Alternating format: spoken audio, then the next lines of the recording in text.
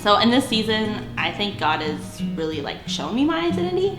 I just found that my identity is just in Jesus, and I don't need other people, specifically a husband or spouse, to have like purpose and a reason to be here. I just really found my identity in him. There are a lot of struggles. I think a lot of them are just normal. So like the first one that comes to my mind is loneliness. I also know that people who are not single struggle with loneliness too. So that is a big struggle. Also just feeling the pressure to be married, not even from people around you necessarily, just like the cultural pressure or like the pressure to have someone to be with all the time. So sometimes funny things happen when I'm in my apartment. Like I'll be in my kitchen doing something and it's just me.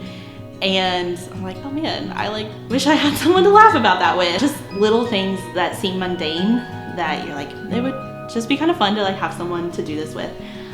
And so can be a struggle. I think the biggest way that the Lord has sanctified me is just showing me that like this time is not wasted time and that I'm not just waiting around for something. And so giving me opportunities to be basically a part of other families and helping other couples and families and kids and just truly being a part of their lives. It's a super unique thing to be able to just like drop everything and go, or just do things that a lot of times when you're married and have a family, you can't always do. And so that's just a super special time to be able to use my gifts and help other people. My first encouragement to single adults is to just live in the moment and not waste this time. I don't think that I'll look back and regret the things I did and how I used my time, and I don't want to look back and regret it and think like, oh man, I just wasted that season feeling like I had to wait for whatever else was next.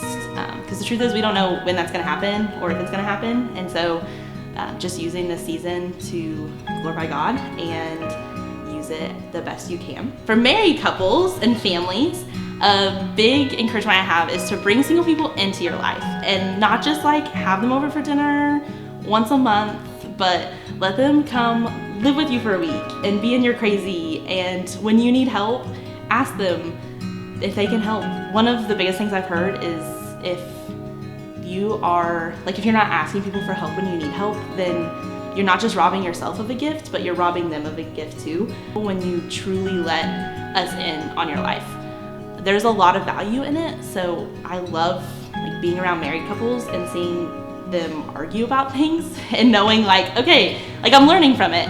Or seeing parents parent their kids. You can really just be yourself and let us learn from that too. Also, set your single friends up because we trust you, and a lot of times you know us better than anyone else.